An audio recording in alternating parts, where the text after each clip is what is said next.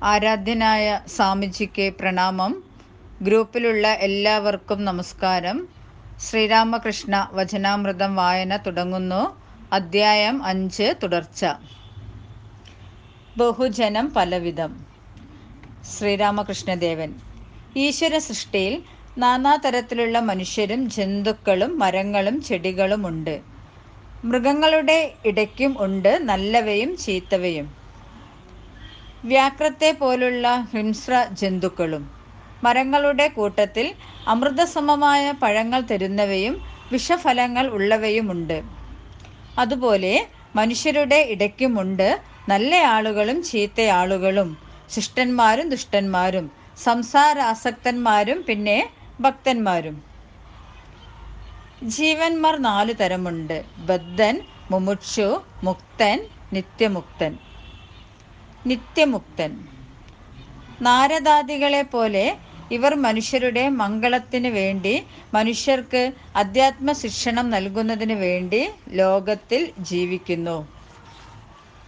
ബദ്ധജീവൻ. വിഷയാസക്തനായി കഴിയുന്നു. ഭഗവാനെ മറന്നും കളയുന്നു. അബദ്ധത്തിൽ പോലും ഭഗവത് ചിന്ത ചെയ്യുകയില്ല. മുമുക്ഷു ജീവൻ.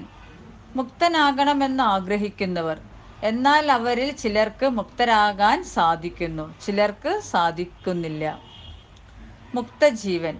സന്യാസിമാരും മഹാത്മാക്കളും. സംസാരത്തിലെ കാമിനി കാഞ്ചനങ്ങളിൽ അവർ പിന്നെ ബദ്ധരല്ല. മനസ്സിൽ വിഷയചിന്തയില്ലാത്തവർ. സർവദാ ഹരിപാദപത്മചിന്ത ചെയ്യുന്നവർ. ഒരു തടാകത്തിൽ മീൻ പിടിക്കാൻ വല വീശിയിരിക്കുന്നു. 2-4 മത്സ്യങ്ങൾ ഒരിക്കലും വലയിൽ അകപ്പെടാതിരിക്കുമാറ് സമർത്ഥങ്ങളാകുന്നു. ഇവയെ നിത്യമുക്തന്മാരോട് ഉപമിക്കാം. എന്നാൽ അധികം മത്സ്യങ്ങളും വലയിൽപ്പെടുന്നു. അവയിൽ ചിലവ പുറത്തു ചാടാൻ പിടയുന്നു. ഇവ മുമുക്ഷു ജീവന്മാരെ പോലെയാണ്. എന്നാൽ എല്ലാത്തിനും പുറത്തു ചാടാൻ കഴിയുന്നില്ല. 2-4 എണ്ണം പ്ലോ പ്ലോ എന്ന് വലയ്ക്ക് പുറത്ത് ചാടുന്നു. അപ്പോൾ മീൻപിടുത്തക്കാർ വിളിച്ചു പറയുന്നു, അതാ പോയി ഒരു വലിയ മീൻ. എന്നാൽ വലയിൽപ്പെട്ട അധികം എണ്ണത്തിനും പുറത്തു കടക്കാൻ ഒക്കുകയില്ല, പുറത്തു ചാടാൻ ഒട്ടും ശ്രമിക്കുകയുമില്ല. നേരെ മറിച്ച് വലയും വായിലാക്കി കുളത്തിലെ ചെളിക്കുള്ളിൽ അനങ്ങാതെ ചുരുണ്ടുകൂടി കിടന്നുകൊണ്ട് വിചാരിക്കുന്നു, ഇനി ഭയമൊന്നുമില്ല, നമുക്ക് ബഹുസുഖം. എന്നാൽ വലക്കാർ ഏലേലോന്ന് വിളിച്ചുകൊണ്ട് വലയോടുകൂടി അവയെ വലിച്ച് കരക്കിടുമെന്ന് പാവങ്ങൾ അറിയുന്നില്ല. ഇവ ബദ്ധജീവന്മാരെ പോലെയാകുന്നു. സംസാരാസക്തൻ ബദ്ധജീവൻ. ശ്രീരാമകൃഷ്ണദേവൻ. ബദ്ധജീവന്മാർ സംസാരത്തിലെ കാമിനി കാഞ്ചനങ്ങളിൽ കുടുങ്ങിയിരിക്കുന്നു.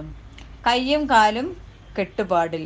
ഈ സംസാരത്തിലെ കാമിനിയിൽ നിന്നും കാഞ്ചനത്തിൽ നിന്നും സുഖമുണ്ടാകുമെന്ന് കരുതി നിർഭയം വസിക്കുകയും ചെയ്യുന്നു. അതുമൂലം നാശമടയുമെന്ന് അവരറിയുന്നില്ല. ബദ്ധജീവൻ മരിക്കാറാകുമ്പോൾ അയാളുടെ വീട്ടുകാരി ചോദിക്കുന്നു, നിങ്ങൾ പോകാൻ പോണു, എനിക്കെന്ത് ചെയ്തു വെച്ചിട്ടാണ് പോണത്? കൂടാതെ അയാളുടെ മായാബന്ധത്തിൻ്റെ ആധിക്യം മൂലം വിളക്കിലെ തിരി നല്ലതുപോലെ കത്തുന്നത് കണ്ടാൽ അയാൾ പറയുന്നു, എണ്ണ വളരെ ചെലവാകും, തിരി താഴ്ത്തൂ. അവൻ മരണശയ്യയിൽ കിടപ്പുമാണ്. ബദ്ധജീവന്മാർ ഈശ്വര ചിന്ത ചെയ്യുകയില്ല. സമയം കിട്ടിയാൽ ബെള്ളും പടാച്ചിയും പറഞ്ഞു കഴിയുന്നു. അല്ലെങ്കിൽ വെറുതെ ഓരോന്ന് ചെയ്യുന്നു. ചോദിച്ചാൽ പറയും, എനിക്ക് ചുമ്മാ ഇരിക്കാൻ വയ്യ, അതുകൊണ്ട് വേലി കെട്ടുകയാ. നേരം കളയാൻ വഴിയൊന്നും കണ്ടില്ലെങ്കിൽ ചീട്ട് കളിക്കാൻ തുടങ്ങുകയായി. സകലരും സ്തംഭിച്ചിരുന്നു. ഇതോടെ ഈ ആഴ്ചത്തെ ശ്രീരാമകൃഷ്ണ വചനാമൃതം വായന നിർത്തുന്നു. ഓം തത്സത്. ശ്രീരാമകൃഷ്ണാർപ്പണമസ്തു. ഓം ജനനീം സാരദാം ദേവീം രാമകൃഷ്ണം ജഗദ്ഗുരും പാദപദ്മേ തയോ ശ്രുത്വാ പ്രണമാമി മുഹുർമുഹുഃ. ആദ്യം തന്നെ 2 ദിവസം എന്നെക്കൊണ്ട് ഒന്നും പോസ്റ്റ് ചെയ്യാൻ കഴിഞ്ഞില്ല. അതിന് ഞാൻ മാപ്പ് ചോദിക്കുകയാണ്. അതിന് പ്രധാനമായിട്ടുള്ള കാരണം തിരക്ക് രാധാകൃഷ്ണൻജി അറിയിച്ച പോലെ തിരക്ക് കൂടിയതായിരുന്നു. കുറച്ച് പരിപാടികളും പിന്നെ ഇവിടുത്തെ ആശ്രമത്തിൻ്റെയും സ്കൂളിൻ്റെയും തിരക്കായിരുന്നു. അത് മാത്രമല്ല, എൻ്റെ സ്വരം കുറച്ച് മോശമായിരുന്നു. തൊണ്ട അതിന് കുറച്ച് പ്രശ്നം വന്നു. അത് വേറെ ഒന്നല്ല, ചൂട് കൂടുതലായതുകൊണ്ടാണ്. പെട്ടെന്നങ്ങനെ ചൂട് ഇവിടെ കൂടിപ്പോയി, അതുകൊണ്ടാണ്. അപ്പോൾ അതിന് ഞാൻ മാപ്പ് ചോദിക്കുന്നു. ഏതായാലും ഇന്ന് നമ്മൾ ഭഗവാൻ ശ്രീരാമകൃഷ്ണദേവൻ്റെ വചനാമൃതം ഇന്നത്തെ ഭാഗം നമുക്ക് മനസ്സിലാക്കാൻ ശ്രമിക്കാം.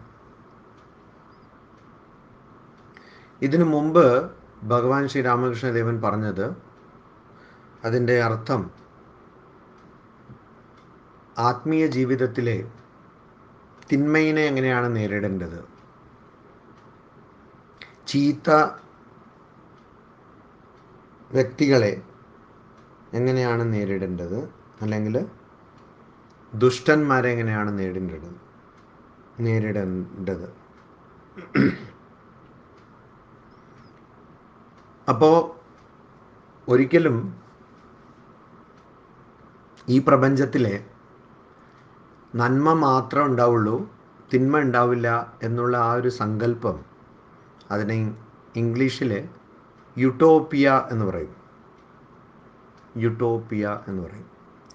അപ്പോൾ ഈ യുട്ടോപ്പിയൻ സങ്കല്പം അത് ശരിക്കും ഒരു മൂർഖൻ്റെ, അതായത് ഒരു വിഡ്ഢിയുടെ സങ്കല്പമാണ്. അങ്ങനെ ഒരിക്കലും സംഭവിക്കില്ല. നന്മ മാത്രം ഉണ്ടാവുമെന്ന് ഒരിക്കലും സംഭവിക്കില്ല. കാരണം ഈ നന്മ സങ്കല്പിക്കുമ്പോൾ തന്നെ അതിൻ്റെ മറ്റേ വശം തിന്മയാണ്. ഒരു നാണയത്തിൻ്റെ രണ്ട് വശങ്ങൾ പോലെ നന്മയും തിന്മയും ഒരേ കാര്യത്തിൻ്റെ രണ്ട് വശങ്ങളാണ്. അജ്ഞാനത്തിലൂടെ നാം പരമതത്വത്തിനെ കാണാതെ, ഈശ്വരനെ കാണാതെ പ്രപഞ്ചത്തിനെയാണ് കാണുന്നത്. അപ്പം അങ്ങനെ പ്രപഞ്ചത്തിനെ കാണുമ്പോൾ ആ പ്രപഞ്ചത്തിലെ ദ്വൈതങ്ങൾ ആണ് കാണുന്നത്. സുഖം, ദുഃഖം, നന്മ, തിന്മ, ചൂട്, തണുപ്പ് എന്നൊക്കെ. ഈ ദ്വൈതങ്ങളെ കാണുമ്പോൾ ആ ദ്വൈതങ്ങളൊന്നും തന്നെ നിത്യമല്ല. നിത്യമായി ശാശ്വതമായി എപ്പോഴും കഴിഞ്ഞുകൂടുന്നത് ബ്രഹ്മനാണ്, പരമതത്വമാണ്. ഇത് മനസ്സിലാക്കേണ്ട ഒരു വിഷയമാണ്. പ്രധാനമായിട്ട് ആത്മീയ ജീവിതത്തിലെ, ആധ്യാത്മിക ജീവിതത്തിലെ മനസ്സിലാക്കേണ്ട ഒരു വിഷയമാണ്. മനസ്സിലാക്കണം. ഈശ്വര സൃഷ്ടിയിൽ നാനാതരത്തിലുള്ള മനുഷ്യരും ജന്തുക്കളും മരങ്ങളും ചെടികളുമുണ്ട്. ഈശ്വര സൃഷ്ടി എന്ന് പറയാം. ഈശ്വര സൃഷ്ടിയിലെ ഭക്തൻ എല്ലാറ്റിൻ്റെയും പശ്ചാത്തലത്തിൽ, എല്ലാറ്റിൻ്റെയും അടിത്തറയായി നിൽക്കുന്ന ഭഗവാനെ ജ്ഞാനത്തിലാണ് കാണുന്നത്. ജ്ഞാനം കിട്ടുന്ന അവസ്ഥയിലാണ്. ആ ജ്ഞാനം, അതായത് ബോധം, അത് ഭക്തി സാധനയിലൂടെയും കിട്ടും, ജ്ഞാന സാധനയിലൂടെയും കിട്ടും. ഭക്തി സാധനയിൽ കിട്ടുമ്പോൾ ഭഗവാൻ തന്നെയാണ് എല്ലാമായിരിക്കുന്നത് എന്നുള്ള ബോധം ഭക്തന് കിട്ടുന്നു. ഭഗവാൻ തന്നെയാണ് എല്ലാമായിരിക്കുന്നത് എന്നുള്ള ഈ തിരിച്ചറിവ് ഇത് കിട്ടുമ്പോൾ അവിടെ ഭക്തൻ കാണുന്നത് പ്രപഞ്ചത്തിനെ അല്ല, നാനാ ബഹുവിധ രൂപങ്ങളിലെയോ നാമങ്ങളിലെയോ അല്ല ഭക്തൻ അവിടെ കാണുന്നത്. അവിടെ ഭക്തൻ കാണുന്നത് ഭഗവാനെ മാത്രമാണ്. അപ്പോൾ ഈശ്വര സൃഷ്ടിയിൽ നാനാത്വം ബഹുവിധം പലവിധം കാര്യങ്ങൾ നമ്മൾ കാണുന്നത്. അങ്ങനെ കാണുമ്പോൾ അവിടെ ബ്രഹ്മനെയാണ് നമ്മൾ തിരിച്ചറിയുന്നു എന്ന് വെച്ചാൽ, അല്ലെങ്കിൽ ഭഗവാനെയാണ് അവിടെ തിരിച്ചറിയുന്നു എന്ന് വെച്ചാൽ, നമ്മൾ കാണുന്നത് ശരിയായ കാഴ്ചയാണ്. അല്ല, അതല്ല, നേരെ മറിച്ച് അവിടെ ഭഗവാൻ ശ്രീരാമകൃഷ്ണദേവൻ പറയുന്ന പോലെ മനുഷ്യരെയും ജന്തുക്കളെയും മരങ്ങളെയും ചെടികളെയും മറ്റു പലതും കാണുന്നു എന്ന് വെച്ചാൽ അത് നാനാത്വത്തിൻ്റെ കാഴ്ചയാണ്. ഈ നാനാത്വത്തിൻ്റെ കാഴ്ച എപ്പോഴും അജ്ഞാനത്തിലൂടെ വരുന്ന കാഴ്ചയാണ്. ഭഗവാന്റെയോ ബ്രഹ്മൻ്റെയോ തിരിച്ചറിവ് ബോധം ഇല്ലാത്ത ഒരവസ്ഥയിൽ ഉണ്ടാകുന്ന കാഴ്ചയാണ്. അങ്ങനത്തെ ഒരു കാഴ്ച നമുക്കുള്ളപ്പോൾ ബുദ്ധിപരമായി യുക്തിപരമായി നമ്മൾ മനസ്സിലാക്കേണ്ടത് എന്താണ്? മനസ്സിലാക്കേണ്ട ഒരു കാര്യമുണ്ട്. എന്താണത്? അത് വേറൊന്നല്ല, ശരിക്കും യഥാർത്ഥത്തിൽ ഭഗവാൻ തന്നെയാണ് ഇതൊക്കെ ആയിരിക്കുന്നത്, അല്ലെങ്കിൽ ബ്രഹ്മൻ തന്നെയാണ് ഇങ്ങനെ നാനാരൂപം നാമങ്ങളിലൂടെ നമ്മൾ തെറ്റിദ്ധരിക്കുന്നത് എന്ന് ബുദ്ധിപരമായി മനസ്സിലാക്കിക്കൊണ്ട് തിരിച്ചറിവ്, ആ ബ്രഹ്മൻ്റെയോ ഭഗവാന്റെയോ തിരിച്ചറിവ് കിട്ടുന്നത് വരെ നമ്മൾ ഈ പ്രപഞ്ചത്തിലെ പ്രവർത്തിക്കണം. അതിനുള്ള ആത്മീയ സാധനകളും ചെയ്യണം. അപ്പോൾ നമ്മൾ മനസ്സിലാക്കും ഈ നാനാത്വം നമ്മൾ കാണുന്നത് ശരിക്കും മാറ്റിവെക്കാൻ പറ്റാത്ത ഒരു കാര്യമാണ്. കാരണം അജ്ഞാനമുണ്ടായിരുന്നാൽ നാനാത്വം നമ്മൾ കാണും, പല വിധത്തിലുള്ള കാര്യങ്ങൾ നമ്മൾ കാണും. ചിലപ്പോൾ തീരെ വിശ്വസിക്കാൻ പറ്റാത്ത കാര്യങ്ങളും കാണും. അതും അജ്ഞാനത്തിൻ്റെ ഗുണമാണ്, അജ്ഞാനത്തിൻ്റെ സ്വഭാവമാണ്. അതുകൊണ്ട് തന്നെയാണ് ഭഗവാൻ ശ്രീരാമകൃഷ്ണദേവൻ ഇവിടെ പറയുന്നത്, മൃഗങ്ങളുടെയിടയ്ക്കും ഉണ്ട് നല്ലവയും ചീത്തവയും, വ്യാഘ്രത്തെ പോലുള്ള ഹിംസ്ര ജന്തുക്കളും മരങ്ങളുടെ കൂട്ടത്തിൽ അമൃതസമമായ പഴങ്ങൾ തരുന്നവയും വിഷഫലങ്ങൾ ഉള്ളവയുമുണ്ട്. അപ്പോൾ എല്ലാവരുടെയും തന്നെ തിന്മയും നന്മയും ഉണ്ട്. അപ്പോൾ അത് മനസ്സിലാക്കിക്കൊണ്ട് നമ്മൾ പ്രവർത്തിക്കണം. തിന്മ കാണുന്നത് വരെ തിന്മയെ എതിർക്കണം. നന്മ കാണുന്നത് വരെ നന്മ ശീലിക്കണം. ശരിക്കും യഥാർത്ഥത്തിൽ നന്മയുമില്ല തിന്മയുമില്ല, യഥാർത്ഥത്തിൽ ദുഷ്ടനുമല്ല ഭക്തന്മാരുമില്ല. കാരണം യഥാർത്ഥ അവസ്ഥ എന്താണ്? എല്ലാം ഭഗവാനാണ്, അല്ലെങ്കിൽ എല്ലാം ബ്രഹ്മനാണ് എന്നാണ് യഥാർത്ഥ അവസ്ഥ. അപ്പോൾ അതിൽ ദുഷ്ടന്മാരില്ല, ഭക്തന്മാരില്ല, തിന്മയില്ല, നന്മയില്ല. പക്ഷെ ഇത് ആരിനെ കൊണ്ട് പറയാൻ പറ്റും? ഇത് അനുഭൂതിയിലൂടെ, അനുഭവത്തിലൂടെ മനസ്സിലാക്കിയ ഒരു വ്യക്തിനെ കൊണ്ട് മാത്രമേ പറയാൻ പറ്റുള്ളൂ, പറയാൻ പാടുള്ളൂ. മറ്റുള്ള ആൾക്കാർ തിന്മയെ ഒഴിവാക്കണം, നന്മയെ വളർത്തണം, ശീലിക്കണം. ഇത് നൈതിക മൂല്യങ്ങളിലൂടെ നമ്മൾ പ്രവർത്തിക്കേണ്ടതാണ്. ശീലിക്കേണ്ടതാണ്. ഇവിടെയാണ് ഭഗവാൻ ശ്രീരാമകൃഷ്ണദേവൻ ഒരു പ്രധാനപ്പെട്ട കാര്യം പറയുന്നത്. ജീവന്മാർ 4 തരമുണ്ട്. മനഃശാസ്ത്രത്തിൻ്റെ, അതായത് ഇംഗ്ലീഷിൽ സൈക്കോളജി എന്ന് പറയില്ല, അതിൻ്റെ ഒരു കാര്യം ഇവിടെ പറയുന്നു. അതിവിടെ എനിക്ക് പ്രസക്തമായി തോന്നുന്നു. മനസ്സിൻ്റെ രോഗം കൊണ്ട് കഷ്ടപ്പെടുന്ന ഒരു വ്യക്തി, ആ വ്യക്തിയെ മനസ്സിൻ്റെ രോഗങ്ങൾ കൈകാര്യം ചെയ്യുന്ന ഡോക്ടർ, സൈക്കാട്രിസ്റ്റ്, അതുപോലെ തന്നെ മാനസിക രോഗങ്ങൾ കൈകാര്യം ചെയ്യുന്ന വേറെ ഒരു വ്യക്തി എന്താ, സൈക്കോളജിസ്റ്റ്. ഇവരിൽ ആരും തന്നെ ഇങ്ങനെ ഒരു രോഗിയെ കണ്ടുമുട്ടുമ്പോൾ ഇവർക്ക് അത് മനസ്സിലാവും, ഈ രോഗി മാനസിക രോഗിയാണ്, ഈ വ്യക്തിക്ക് മാനസിക പ്രശ്നങ്ങൾ ഉണ്ട് എന്നുള്ളത് മനസ്സിലാവും. പക്ഷേ ആ രോഗി ഒരിക്കലും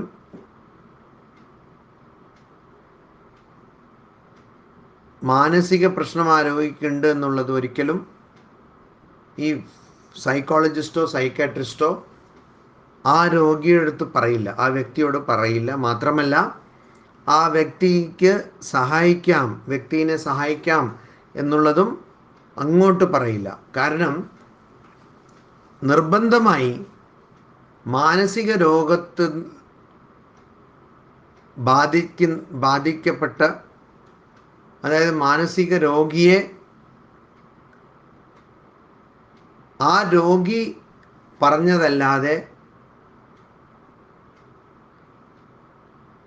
ചികിത്സിക്കാൻ പാടില്ല എന്നാണ്. തീരെ വേറെ നിവൃത്തി ഇല്ല, ആ രോഗി ഒരുപാട് ഹിംസ്രനായി മറ്റുള്ള ആൾക്കാരെ തല്ലാൻ തുടങ്ങി, അല്ലെങ്കിൽ മറ്റുള്ള ആൾക്കാർക്ക് പ്രശ്നം കൊടുക്കാൻ തുടങ്ങി വലിയ രീതിയിൽ, അങ്ങനെ ആയാൽ മാത്രമേ ആ രോഗിക്ക് ചികിത്സ ചെയ്യാൻ പറ്റുള്ളൂ. അതും മരുന്നൊക്കെ കൊടുത്താണ്.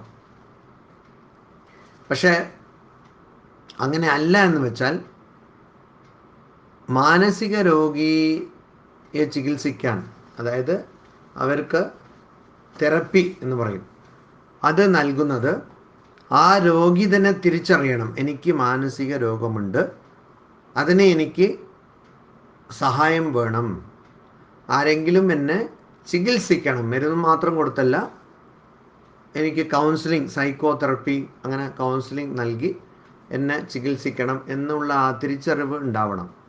അപ്പോൾ സൈക്കോളജിയുടെ ഭാഷയിൽ ആ തിരിച്ചറിവിന്, രോഗിക്കുണ്ടാവുന്ന ഈ തിരിച്ചറിവിന് ഇൻസൈറ്റ് എന്ന് പറയും. അപ്പോൾ ഈ ഇൻസൈറ്റ്, അതായത് ആ ഒരു വീക്ഷണം, ഇൻസൈറ്റ് സ്വയം തന്നെ കുറിച്ചുള്ള ഒരു വീക്ഷണം, ആ വീക്ഷണം ഉണ്ടായിട്ട് ഒരു സൈക്കോളജിസ്റ്റോ സൈക്കാട്രിസ്റ്റോ അടുത്തോ പോയി, ഞാൻ ഇതുപോലെ മാനസിക പ്രശ്നങ്ങളിൽ കുടുങ്ങിയിരിക്കുന്ന ഒരു വ്യക്തിയാണ്, എനിക്ക് ഈ രോഗങ്ങളിൽ നിന്ന് എന്നെ ഒന്ന് കുറച്ച് നന്നാക്കി എടുക്കണം എന്ന് അപേക്ഷിക്കുമ്പോൾ മാത്രമേ ഒരു സൈക്കോളജിസ്റ്റിനെ കൊണ്ടോ അല്ലെങ്കിൽ സൈക്കാട്രിസ്റ്റിനെ കൊണ്ടോ ചികിത്സ തുടങ്ങാൻ പറ്റൂ. അതങ്ങനെ ഒരു നിർബന്ധമായ കാര്യമാണ്. അപ്പോൾ ഇപ്പോൾ ഭഗവാൻ ശ്രീരാമകൃഷ്ണദേവൻ ഇവിടെ അതാണ് പറയുന്നത്. നമുക്ക് എന്താണ് പറയുന്നത്? പ്രധാനപ്പെട്ട കാര്യം, ഈ ലോകത്തിൽ നമ്മൾ ജീവിക്കുമ്പോൾ, പ്രപഞ്ചത്തിലെ നമ്മൾ ജീവിക്കുമ്പോൾ നമ്മൾ ബന്ധത്തിൽ കുടുങ്ങിയിരിക്കുന്നു, നമ്മളിവിടെ ബദ്ധരായിരിക്കുന്നു എന്നുള്ളത് ആ ജീവി തന്നെ തിരിച്ചറിയേണ്ട ഒരു വിഷയമാണ്. ആ ജീവി തന്നെ അത് തിരിച്ചറിയണം. അങ്ങനെ അറിഞ്ഞില്ലെങ്കിൽ ആ ജീവിക്ക് ഏതൊരു വിധത്തിലുള്ള സഹായവും കിട്ടില്ല. എങ്ങനെ? ഞാൻ ബദ്ധനാണ്, ഞാൻ ശരിക്കും ഇവിടെ കുടുങ്ങിയിരിക്കുകയാണ്, അല്ലെങ്കിൽ ഈ പ്രപഞ്ചം ദുഃഖം നൽകുന്ന ഒന്നാണ്, അനിത്യം അസുഖം ലോകം ഇമം പ്രാപ്യ ഭജസ്വമാം എന്ന് ഭഗവത്ഗീതയിലെ ഭഗവാൻ ശ്രീകൃഷ്ണൻ പറഞ്ഞല്ലോ. അപ്പോൾ ഈ പ്രപഞ്ചം ദുഃഖം നൽകുന്ന ഒന്നാണ്, ഇവിടെ ഞാൻ കുടുങ്ങിയിരിക്കുകയാണ്, അതുകൊണ്ട് ഞാൻ ഇവിടുന്ന് മുക്തനാകണം എന്നുള്ള ആ തിരിച്ചറിവ് ഉണ്ടായിരുന്നാൽ മാത്രമേ ശാസ്ത്രവായന കൊണ്ടോ സാധു സംഘം കൊണ്ടോ ഭജന കൊണ്ടോ പ്രാർത്ഥന കൊണ്ടോ ഒരു ഗുണമുണ്ടാവുള്ളൂ. അപ്പോൾ അതുകൊണ്ടാണ് ഇവിടെ ഭഗവാൻ ശ്രീരാമകൃഷ്ണദേവൻ പറയുന്നത് 4 തരത്തിലുള്ള ജീവന്മാരുണ്ട്. ബദ്ധൻ എന്നുള്ളതാണ് ആദ്യമായിട്ട് പറയുന്നത്. അപ്പോൾ നിത്യമുക്തൻ അവസാനം. നിത്യമുക്തൻ ആരാണ്? ഇവര് എപ്പോഴും മുക്തരായിരിക്കുന്നു, പക്ഷേ 2 ക്ലിപ്പായിട്ടാണ് ഇന്ന് വരുന്നത്. നിത്യമുക്തരാരാണ്?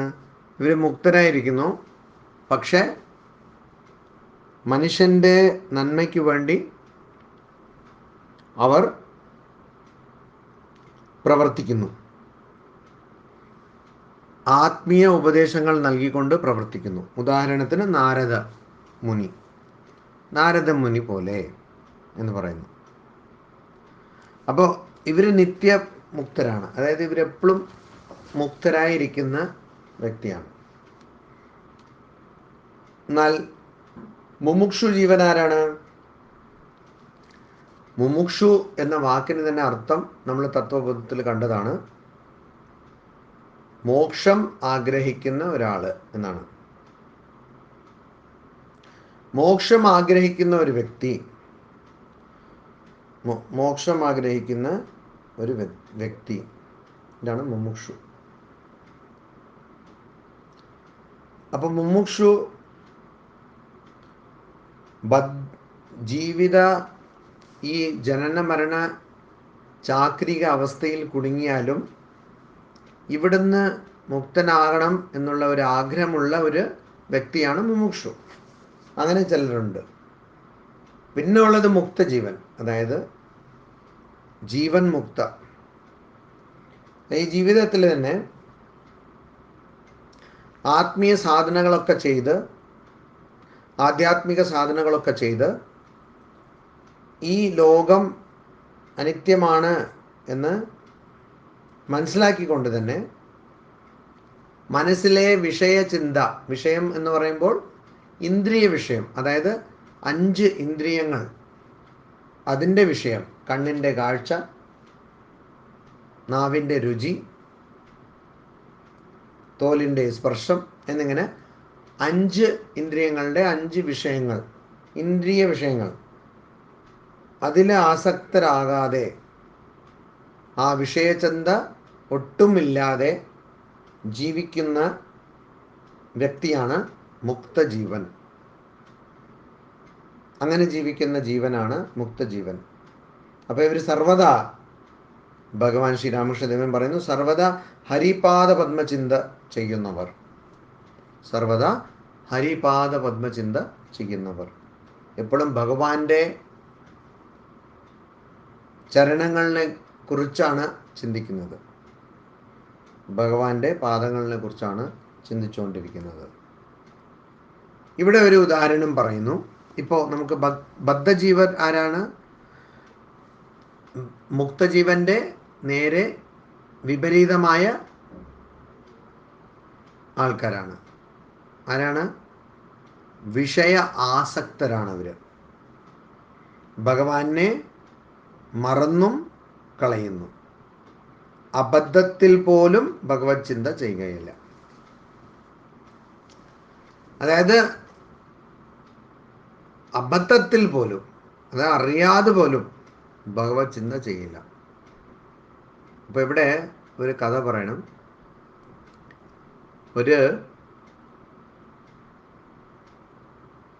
ഒരു വ്യക്തിക്ക് 2 ആൺകുട്ടികളുണ്ടായിരുന്നു. ഈ ആൺകുട്ടികൾ തമ്മിൽ വയസ്സ് വ്യത്യാസം 2-3 വർഷമേ ഉള്ളൂ.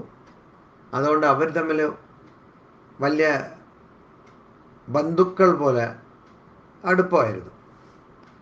ഒരു സഹോദരൻ ജ്യേഷ്ഠൻ എന്ന് മാത്രമല്ലാതെ അടുപ്പമായിരുന്നു. അപ്പോൾ പക്ഷേ ഇവർ പഠിക്കില്ല. നല്ല കുസൃതിയുണ്ട്, പഠിത്തമില്ല. അപ്പോൾ അച്ഛൻ വീട്ടിൽ പഠിപ്പിക്കാനായിട്ട് കുറേ മാഷുമാരെ ഒരുക്കി കൊടുത്തു. ഓരോ മാഷ് വരുമ്പോൾ ഇവരവരുടെ കുസൃതി കൊണ്ട് ഈ മാഷൊക്കെ എല്ലാം വേറെ നിവൃത്തികേട് കൊണ്ട് അവിടുന്ന് ഓടിപ്പോകും. അങ്ങനെ തെരഞ്ഞ് ഒരു നല്ല മാഷിനെ കണ്ടെത്തി. ഈ മാഷ് എന്ത് ചെയ്തു? ഒരു സുഹൃത്തിനെ പോലെ ഈ 2 ആൺകുട്ടികൾക്കും പഠിപ്പിക്കാൻ തുടങ്ങി. പക്ഷേ ഈ ആൺകുട്ടികൾക്ക് ബാക്കി വിഷയമൊക്കെ എല്ലാം കുഴപ്പമില്ല, കണക്ക്, ഗണിതം കുറച്ച് ബുദ്ധിമുട്ടാണ്. അപ്പോൾ ആ മാഷ് ഓരോ കാര്യങ്ങളും ഇങ്ങനെ മനസ്സിലാക്കി ഏകദേശം ഒരു മാസം കഴിഞ്ഞ് ഒരു ദിവസം ആ മാഷ് പറഞ്ഞു, ഒരു ആൺകുട്ടിയുടെ അടുത്ത് ചോദിച്ചു, അപ്പോൾ നിൻ്റെ അടുത്ത് ഒരു 10 പഴം ഉണ്ടെന്ന് വെച്ചോളൂ, പിന്നെ തനിക്കൊരു 5 പഴം ഏട്ടൻ കൊടുത്തു എന്ന് വെച്ചോളൂ എന്നിങ്ങനെ പറഞ്ഞു തുടങ്ങി. അപ്പോൾ ഇങ്ങനെ പറഞ്ഞു തുടങ്ങിയപ്പോൾ തന്നെ ആ ആൺകുട്ടി പറഞ്ഞു, അച്ഛാ, നിലവിളിക്കണ്ടേ, അച്ഛാ, മാഷ് എനിക്ക് കണക്ക് പഠിപ്പിച്ചു തരുന്നു. അപ്പോൾ കണക്ക് എന്താണെന്നറിയാം, അതെങ്ങനെ പഠിപ്പിക്കുമെന്നറിയാം. അപ്പോൾ അത് കളിയിലൂടെ അല്ലെങ്കിൽ ഉദാഹരണങ്ങളിലൂടെ പഠിപ്പിച്ച് തന്നാലും പഠിക്കില്ല. അതായത് പഠിക്കില്ല എന്നുള്ള ഒരു തീരുമാനത്തിലാണ്. അതുപോലെ തന്നെയാണ് ഇവിടെ ഭഗവാൻ ശ്രീരാമകൃഷ്ണദേവൻ പറയുന്നത്, ചില ജീവി അവർ മുക്തരാവില്ല, അബദ്ധത്തിൽ പോലും ഭഗവാനെ സ്മരിക്കില്ല. അത് ഒരിക്കലും അത് ചെയ്യില്ല. അതാണ് ബദ്ധ ജീവൻ. ഇതിപ്പോൾ ഒരു ഉദാഹരണത്തിലൂടെ പറയുന്നു. മീൻ പിടിക്കാൻ വല വീശിയിരിക്കുന്നു ഒരു തടാകത്തിൽ. അപ്പോൾ കുറച്ച് മത്സ്യങ്ങൾ ഒരിക്കലും വലയിൽ കുടുങ്ങുന്നില്ല.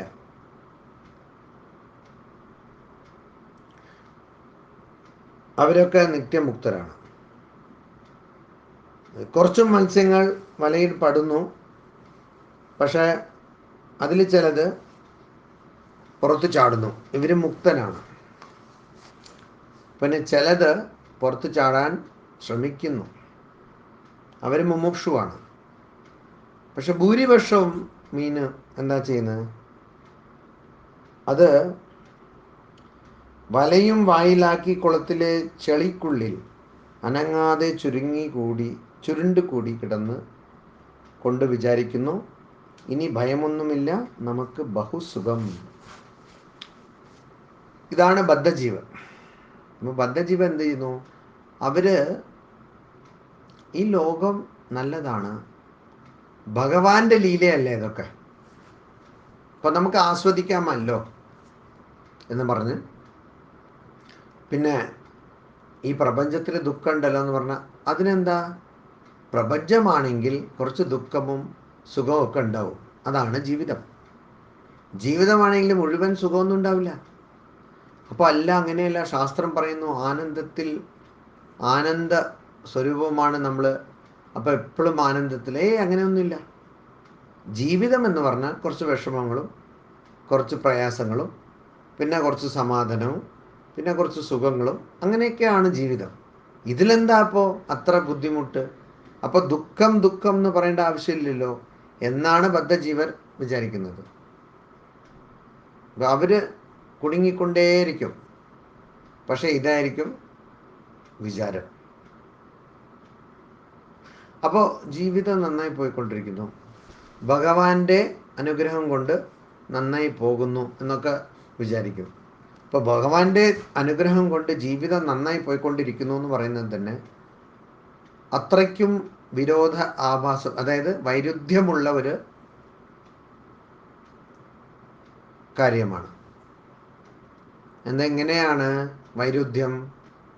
അതായത് ഞാൻ ബദ്ധനാണ്, ഭഗവാന്റെ അനുഗ്രഹം കൊണ്ട് എൻ്റെ ബദ്ധ ജീവിതം, ഞാൻ ബദ്ധനായിരിക്കുന്ന ഈ അവസ്ഥ പോയിക്കൊണ്ടിരിക്കുന്നു എന്ന് പറയുന്നു. അപ്പോൾ എങ്ങനെയാണ് അനുഗ്രഹം കൊണ്ട് ബദ്ധനാവുന്നത്? അതൊരു അബദ്ധമാണ്, അതങ്ങനെ പറയാൻ പറ്റില്ല. അപ്പോൾ നമ്മൾ എന്തുകൊണ്ടാണ് അങ്ങനെ പറയുന്നത്? കാരണം നമ്മൾ ബദ്ധരാണെന്ന് നമ്മൾ തിരിച്ചറിയാത്തത് കൊണ്ടാണ് അങ്ങനെ പറയുന്നത്. പിന്നെ ഇതൊക്കെ എല്ലാം ഭഗവാന്റെ ലീലയാണെന്ന് പറയുന്നു. ഇപ്പം ലീലയാണെങ്കിൽ അത് നമ്മൾ കണ്ടിട്ടാണോ അങ്ങനെ പറയുന്നത്, നമ്മളത് തിരിച്ചറിഞ്ഞിട്ടാണോ പറയുന്നത് എന്ന് ചോദിച്ചാൽ ഇല്ല. കാരണം ഭഗവാന്റെ എല്ലാം ലീലയാണ്. ആണെങ്കിൽ എന്തെങ്കിലും തെറ്റായാൽ, എന്തെങ്കിലും നമുക്ക് അബദ്ധം പറ്റിയാൽ, അപകടം പറ്റിയാൽ, എന്തെങ്കിലും നമുക്ക് ദുഃഖം വിഷമം ഉണ്ടാക്കുന്ന രീതിയിൽ എന്തെങ്കിലും സംഭവിച്ചാൽ, അപ്പോൾ പിന്നെ നമ്മൾ എന്താ പറയുന്നത്? ഭഗവാനെ ഞാൻ പ്രാർത്ഥിച്ചില്ലേ ഭഗവാനെ, പിന്നെ എന്തിനാ എനിക്കിങ്ങനെ വിഷമം തരുന്നത്? അപ്പോൾ അതായത് അവിടെയും ഭഗവാന്റെ ലീലയാണ് എന്ന് നമുക്ക് കാണാൻ പറ്റുന്നില്ല. അപ്പോൾ ഈ പറയുന്ന ആൾക്കാർ ഇതൊക്കെ ഭഗവാന്റെ ലീലയാണ്, അതുകൊണ്ട് നമ്മളിങ്ങനെ ജീവിച്ചു പോകുന്നു, അപ്പോൾ അത് നല്ലതാണ്, എനിക്ക് മോക്ഷമൊന്നും വേണ്ട, ഭഗവാന്റെ ലീല തന്നെ ആസ്വദിക്കണം എന്ന് പറയുന്ന ആൾക്കാരിൽ എല്ലാവരും തന്നെ, അതായത് അപൂർവം ചില അപവാദങ്ങളുണ്ടാവും, പക്ഷെ അതല്ലാതെ എല്ലാവരും തന്നെ അജ്ഞാനത്തിലെ നിന്നുകൊണ്ടാണ് പറയുന്നത്. ഹൃദ്ദേശേ അർജുന തിഷ്ഠതി, എല്ലാവരുടെയും ഹൃദയത്തിൽ ഞാൻ വസിക്കുന്നു, ഞാൻ അവിടെയാണ് ഉള്ളത് എന്ന് ഭഗവാൻ ശ്രീകൃഷ്ണൻ അർജുനനോട് പറഞ്ഞതുപോലെ മനസ്സിലാക്കിക്കൊണ്ടല്ല ബദ്ധനായിരിക്കുന്നവർ പറയുന്നത്. അവരെന്തിനാ പറയുക? ബദ്ധരായിരിക്കുന്നവർ എന്താ പറയുന്നത്? അവർക്ക് ഈ സുഖം ദുഃഖം തന്നെ മനസ്സിലാവുള്ളൂ, പക്ഷെ അതിൽ ദുഃഖത്തിൻ്റെ വിഷമം അവർക്ക് കാണാൻ പറ്റില്ല. ദുഃഖം വരുമ്പോൾ സുഖത്തിൻ്റെ പ്രതീക്ഷയും, സുഖിക്കുമ്പോൾ ദുഃഖമുണ്ടായിരുന്നു എന്ന വിഷമവും കൊണ്ടാണ് ബദ്ധർ ജീവിച്ചു പോകുന്നത്. അപ്പോൾ അതുകൊണ്ട് ഈ തിരിച്ചറിവ് ഉണ്ടാവണം, നമ്മൾ ബദ്ധരാണ്. ഞാൻ ആദ്യം പറഞ്ഞ പോലെ ഈ സൈക്കോളജിസ്റ്റ് അല്ലെങ്കിൽ സൈക്കാട്രിസ്റ്റ് ഇൻസൈറ്റ് എന്ന് പറയുന്ന പോലെ ഞാൻ ബദ്ധനാണ് എന്നുള്ള തിരിച്ചറിവ് ഉണ്ടാവണം. പക്ഷേ വിവേകാനന്ദ സ്വാമികൾ പറയുന്നത് ഞാൻ ബദ്ധനാണെന്ന് ചിന്തിക്കാൻ പാടില്ല. ഭഗവാൻ ശ്രീരാമകൃഷ്ണദേവൻ പറയുന്നു പാപി എന്ന് ചിന്തിക്കാൻ പാടില്ല എന്നൊക്കെ. അപ്പോൾ ഇവിടെ ചിന്ത ഞാൻ ബദ്ധനാണ് എന്ന് മാത്രം അല്ല അവസാനിക്കേണ്ടത്. ഞാൻ ബദ്ധനാണ്, പക്ഷെ ഈ ബന്ധത്തിൽ നിന്ന് എനിക്ക് പുറത്തു വരാൻ കഴിയും. എൻ്റെ യഥാർത്ഥ സ്വരൂപം ബന്ധത്തിലല്ല, അത് സച്ചിത് ആനന്ദ സ്വരൂപം, മുക്തനായ സ്വരൂപമാണ്. അതെനിക്ക് തിരിച്ചറിയാൻ കഴിയും. ശാസ്ത്രങ്ങളിലെ പറഞ്ഞിട്ടുള്ളതുപോലെ ഞാൻ സാധന ചെയ്തെങ്കിൽ എനിക്ക് എൻ്റെ സ്വരൂപത്തിനെ തിരിച്ചറിയാൻ കഴിയും എന്നുള്ളത് മനസ്സിലാക്കണം. അപ്പോൾ ഞാൻ ബദ്ധനാണ്, അതായത് ഞാനിപ്പോൾ അജ്ഞാനത്തിലാണ്, പക്ഷെ ഈ സ്വരൂപത്തിനെ കൊണ്ട് തിരിച്ചറിയാൻ കഴിയും എന്ന് പറയുന്നു. അതാണ് ഇവിടെ നമ്മൾ മനസ്സിലാക്കേണ്ടത്. ആ തിരിച്ചറിവ്, ഞാൻ ബദ്ധനാണ് എന്നുള്ള തിരിച്ചറിവ് വന്നാൽ മാത്രമേ എനിക്ക് മോക്ഷം വേണം എന്നുള്ള കാര്യം മനസ്സിലാവുള്ളൂ. അങ്ങനെ മോക്ഷം വേണം എന്ന് മനസ്സിലാക്കിയാൽ മാത്രമേ, ബദ്ധനാണ് ഇവിടുന്ന് മാറണം എന്ന് മനസ്സിലാക്കിയാൽ മാത്രമേ വ്യാകുലത ഉണ്ടാവുള്ളൂ. അങ്ങനെ വ്യാകുലത ഉണ്ടായാൽ മാത്രമേ മുമുക്ഷു ആകാൻ പറ്റുള്ളൂ. അതായത് നമ്മൾ മോക്ഷത്തിനെ ആഗ്രഹിക്കാൻ തുടങ്ങുള്ളൂ. അങ്ങനെ ആഗ്രഹിച്ചു തുടങ്ങിയാൽ മാത്രമേ നമുക്ക് മോക്ഷം കിട്ടുള്ളൂ എന്നുള്ളത് മനസ്സിലാക്കേണ്ടതാണ്. പിന്നെ പറയുന്നത് സംസാര ആസക്തർ, ബദ്ധജീവന്മാർ സംസാരത്തിലെ കാമിനി കാഞ്ചനങ്ങളിൽ കുടുങ്ങിയിരിക്കുന്നു, കയ്യും കാലും കെട്ടുപാടിൽ. ഈ സംസാരത്തിലെ കാമിനിയിൽ നിന്നും കാഞ്ചനത്തിൽ നിന്നും സുഖം ഉണ്ടാകുമെന്ന് കരുതി നിർഭയം വസിക്കുകയും ചെയ്യുന്നു. അപ്പോൾ ഇവിടെ ഒരു കാര്യം ശ്രദ്ധിക്കേണ്ടത്, കാമിനി എന്ന് പറയുമ്പോൾ പെണ്ണല്ല, കാഞ്ചനം എന്ന് പറയുമ്പോൾ സ്വർണമല്ല. അപ്പോൾ എന്തുകൊണ്ടാണ് ഇങ്ങനെ പറഞ്ഞതെന്ന് വെച്ചാൽ, ഈ വചനാമൃത ഉപദേശം നൽകുന്നത് പുരുഷന്മാർക്കാണ്. കാരണം ഇത് കേൾക്കുന്നത് മഹേന്ദ്രനാഥ് ഗുപ്തനാണ്,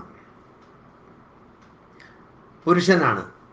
അപ്പം ഇത് ഈ ഉപദേശമൊക്കെ നടക്കുമ്പോൾ, ഈ ഉപദേശങ്ങളൊക്കെ ഭഗവാൻ ശ്രീരാമകൃഷ്ണദേവൻ നൽകുമ്പോൾ അവിടെ ഉണ്ടായിരുന്ന വ്യക്തി എല്ലാവരും തന്നെ പുരുഷന്മാരാണ്.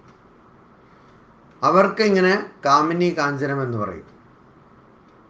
പക്ഷേ സ്ത്രീകൾ കൂടിയിരിക്കുമ്പോൾ, പെണ്ണുങ്ങൾ സ്ത്രീ ഭക്തന്മാർ വരുമ്പോൾ അവരുടെ അടുത്ത് ഭഗവാൻ ശ്രീരാമകൃഷ്ണൻ പുരുഷ കാഞ്ചനം എന്ന് പറയും. അപ്പം ഇതിൻ്റെ അർത്ഥം എന്താണ് ശരിക്കും? ഇവിടെ കാമമും ലോഭമും ത്യജിക്കണം എന്നാണ് പറയുന്നത്. ഇംഗ്ലീഷിൽ പറഞ്ഞ ലസ്റ്റ് ആൻഡ് ഗ്രീഡ്, കാമമും ലോഭമും, അതാണ് ഇവിടെ ത്യജിക്കേണ്ടത്. അതാണ് ഇവിടെ കാമിനി കാഞ്ചനങ്ങളിലെ കുടുങ്ങിയിരിക്കുന്നു.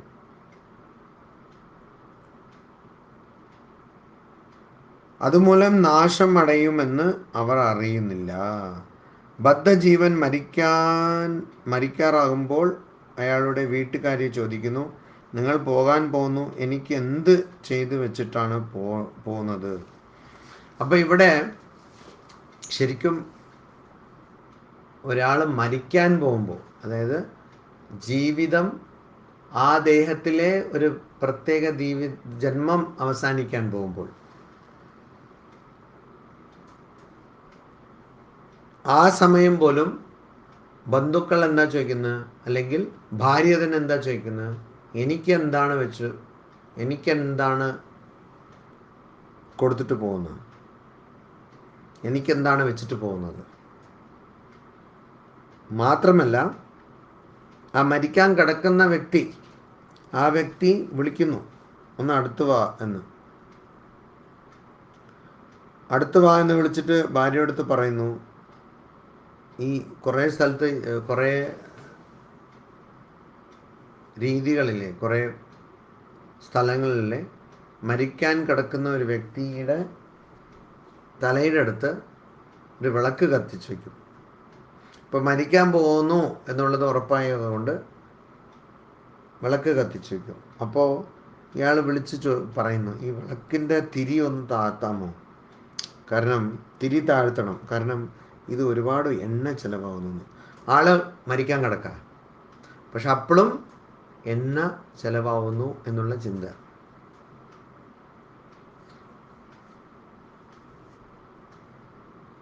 അപ്പോൾ അതാണ് ബദ്ധജീവൻ. ഈശ്വര ചിന്ത ചെയ്യില്ല.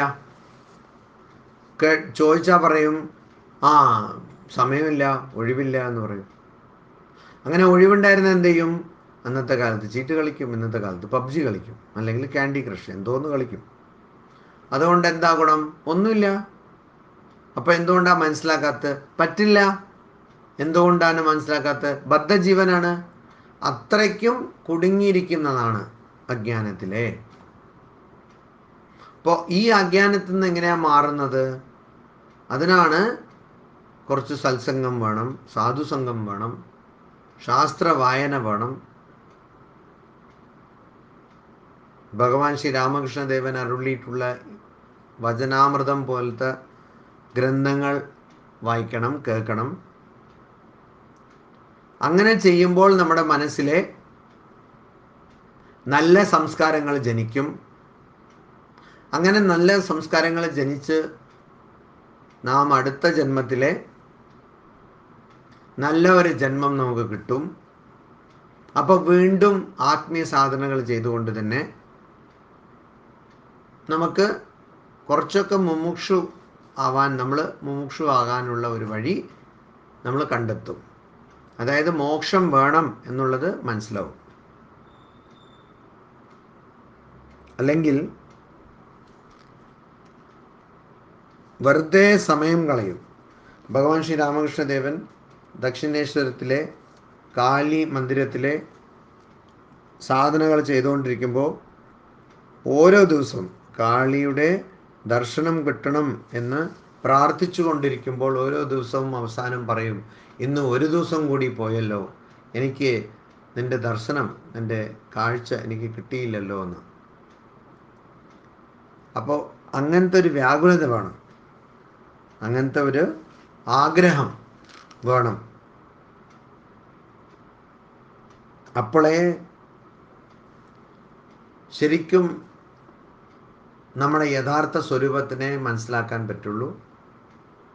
ഈ വ്യാകുലത, ഈ ആഗ്രഹം, തീവ്രമായ ആഗ്രഹം ഇല്ലെങ്കിൽ നമുക്ക് ഒരിക്കലും മോക്ഷം നേടാനാവില്ല, മുക്തരാവാൻ കഴിയില്ല.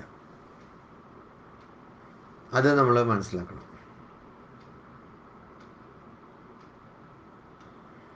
ഇപ്പോൾ ഈ പ്രപഞ്ചം, ഈ ജീവിതം നമ്മളെ ബദ്ധരായി മാറ്റിക്കളയുന്നു എന്നുള്ളത് നമ്മൾ മനസ്സിലാക്കണം.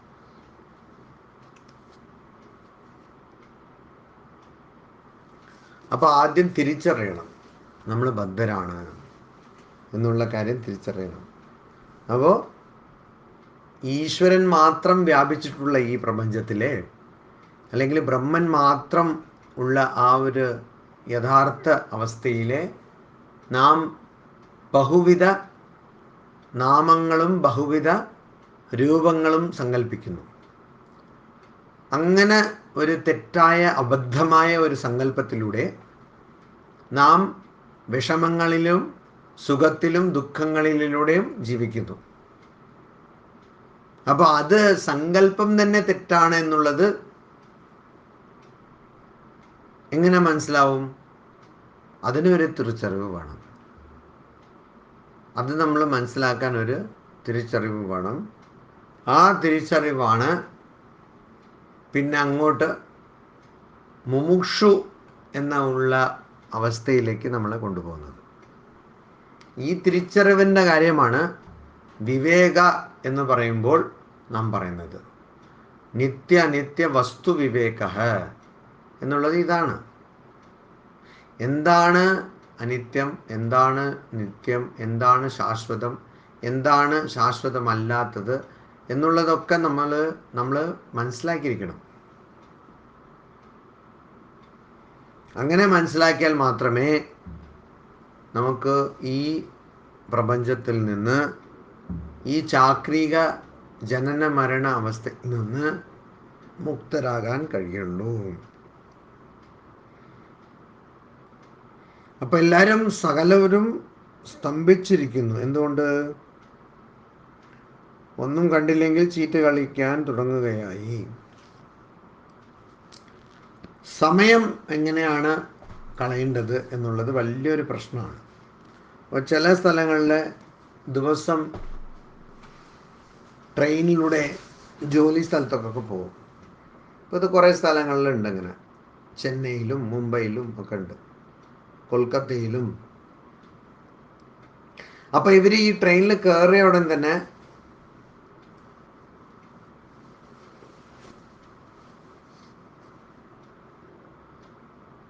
പതിവായി പോകുന്ന ആൾക്കാരാണ്. ട്രെയിനിൽ കയറിയ ഉടൻ തന്നെ ഇവരെന്ത് ചെയ്യും? ചീട്ട് കട്ടെടുക്കും, എടുത്ത് ചീട്ട് കളിക്കാൻ തുടങ്ങും.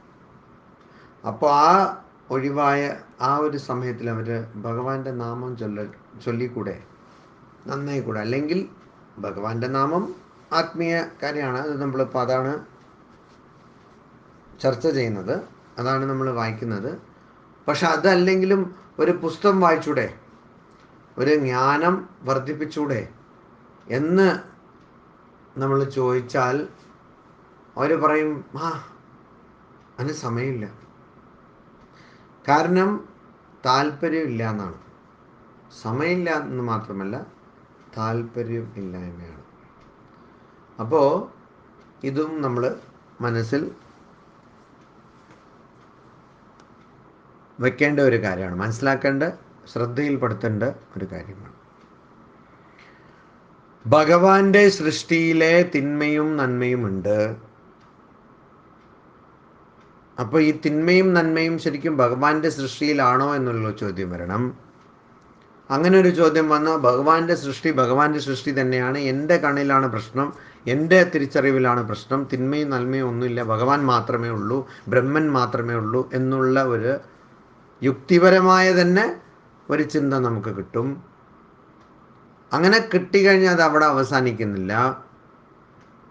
ഞാനും ഈ അജ്ഞാനത്തിൽ ബന്ധപ്പെട്ടിരിക്കുന്ന ആളാണ്. ഇതിപ്പോൾ എന്നെയും ഉൾപ്പെടുത്തിക്കൊണ്ടുള്ള ഒരു അനുഭവമാണ്. കാരണം എൻ്റെ അനുഭവമാണ്, എൻ്റേതായ അനുഭവമാണ്. അപ്പോൾ ഇതിന് ഇംഗ്ലീഷിലൊരു വാക്കുണ്ട്, സബ്ജക്റ്റീവ് എന്ന്. അതായത് സബ്ജക്റ്റീവ് എന്ന് വെച്ചാൽ ആ ഒരു അനുഭവത്തിൽ ഞാനും ഒരു ഭാഗമാണ്. ഒബ്ജക്റ്റീവ്, ഞാനൊരു മൊബൈൽ കാണുന്നു, അത് വേറെ തന്നെയായി കാണുന്നു എന്ന് പറഞ്ഞാൽ അതാണ് ഒബ്ജക്റ്റീവ്. പക്ഷെ അത് ഇന്ന് നമുക്കറിയാം, ഒന്നും തന്നെ ഒബ്ജക്റ്റീവ് അല്ല ഈ പ്രപഞ്ചത്തിലെ. എല്ലാറ്റിലും ഞാൻ ഉൾപ്പെടുത്തിയിരിക്കുന്നു, എന്നെയും ഉൾപ്പെടുത്തിയിരിക്കുന്നു. അപ്പം ഈ അവിദ്യയിലൂടെ ഞാൻ ഈ പ്രപഞ്ചത്തിൻ്റെ നാനാത്വം കാണുമ്പോൾ അതിൽ ഞാനും കുടുങ്ങിയിരിക്കുന്നു. അല്ലാതെ പ്രപഞ്ചം വേറെ ഒന്നും, അത് നാനാത്വം അങ്ങനെയല്ല ഞാൻ കാണുന്നത്. കാരണം ഞാനീ അത് കാണുന്നില്ല. ഇത് ഒബ്ജക്റ്റീവ് ആണെങ്കിൽ, എല്ലാവരും അങ്ങനെ തന്നെ കാണണമെങ്കിൽ ഞാനീ എന്തുകൊണ്ടാണ് അങ്ങനെ കാണാത്തത്? അല്ലെങ്കിൽ ഈശ്വര സാക്ഷാത്കാരം കിട്ടിയ ഒരു വ്യക്തി ഞാനീ തന്നെ എന്തുകൊണ്ടാണ് അങ്ങനെ കാണാത്തത്? കാരണം അത് ഒബ്ജക്റ്റീവ് അല്ല, ഇത് സബ്ജക്റ്റീവാണ്. അതായത് ഞാൻ മാത്രം, എൻ്റെ കണ്ണിലാണ് എന്തോ തെറ്റ്, എൻ്റെ കാഴ്ചപ്പാടിലാണ് എന്തോ തെറ്റ്. അപ്പോൾ ഭഗവാന്റെ സൃഷ്ടിയിൽ തിന്മയും നന്മയും അങ്ങനെ എന്തുകൊണ്ട് ഭഗവാൻ സൃഷ്ടിക്കും? അങ്ങനെയില്ല. അപ്പോൾ തിന്മയും നന്മയും കടന്നുള്ള യഥാർത്ഥ അവസ്ഥ ഞാൻ മനസ്സിലാക്കണമെങ്കിൽ എനിക്ക് ഞാൻ ആണ് ഇവിടെ പ്രശ്നം, അതായത് എൻ്റേതാണ് പ്രശ്നം, അല്ലാതെ പ്രപഞ്ചത്തിൻ്റെ അല്ല എന്നുള്ള തിരിച്ചറിവ് എനിക്ക് ഉണ്ടാവണം. ആ തിരിച്ചറിവ് ആണ് ഞാൻ ബദ്ധജീവനാണ് എന്നുള്ള തിരിച്ചറിവ്. അത് ഏതായാലും ഉണ്ടാവണം. ഓം ശാന്തി ശാന്തി ശാന്തി. ഹരി ഓം തത്സത്. ശ്രീരാമകൃഷ്ണാർപ്പണമസ്തു.